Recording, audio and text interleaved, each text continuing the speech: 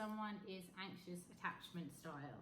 So if you are someone, or you know someone that might be anxious attachment, which means that they might be a little bit too needy and clingy in relationships, they need lots and lots of reassurance, or that they are quite insecure, have low self-esteem, the chances are that person is anxious attachment, and I'm going to be talking about that in another video.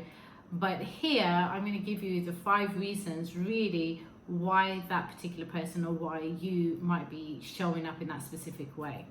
Now, the first reason is that as a child, when you were growing up, the chances are that your caregiver, your parent, or whoever it might have been, you were given very inconsistent messages. The caregiver was either very available or not available at all.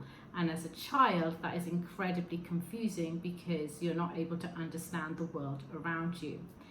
Now, the second part to that is that when the caregiver was available, they're very mistuned to the child's needs.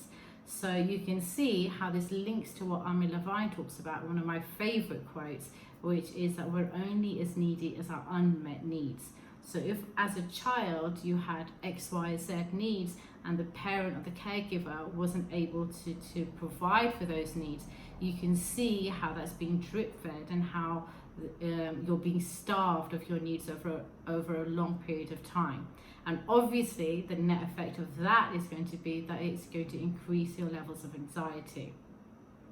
Now, and that links directly to number 3, which is unmet needs. So if you had that situation and you didn't have your needs met, so your caregiver was available and then not available and then mistuned even when they were available, that's going to starve your needs. And so that then goes into adulthood and into your other relationships, whether it's with siblings or with peers or with intimate partners, whoever that might be.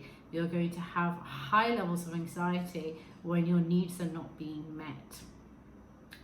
This is then exacerbated with number 4, which is that you might also have had in your history by now a series of broken relationships.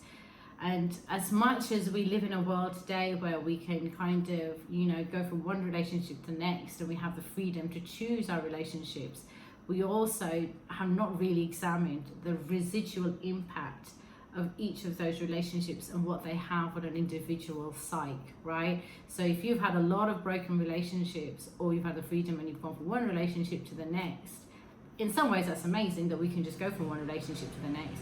But in another way, the fact that you're going from one to the next, and the hurt and the betrayal and the sense of fatigue that then sets in, also then increases your levels of anxiety, which increases a deeper craving to have those needs met. Now, all of those put together could really, in some ways, just basically be a fearful-avoidant or dismissive avoidant. The key part here really is probably the nature of the particular child, because if that child then translates this information, the way that they translate it in their mind is that if I make bigger bits of connection, right, if I text more, if I try harder, if I do more for this particular person, I'm going to have those needs met in return, and I'm going to feel fulfilled, right? Because the way that they've translated all of that information is that I don't feel that I'm good enough.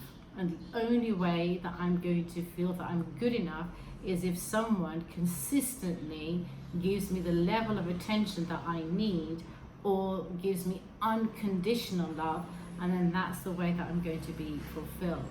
And when they've translated that information, that becomes a habit, a pattern, an attachment style for them.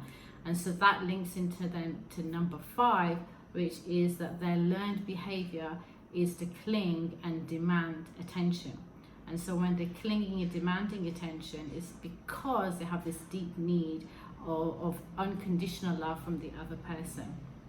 And obviously with all of those, and I'm going to be talking about this in another video, none of those is really ever going to be healed or enough from the other person, because it's something that's coming from deep within.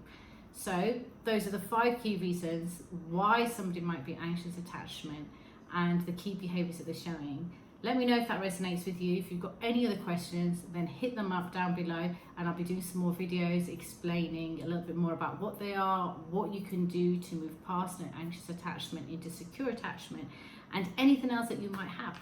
Have a great day and stay blessed.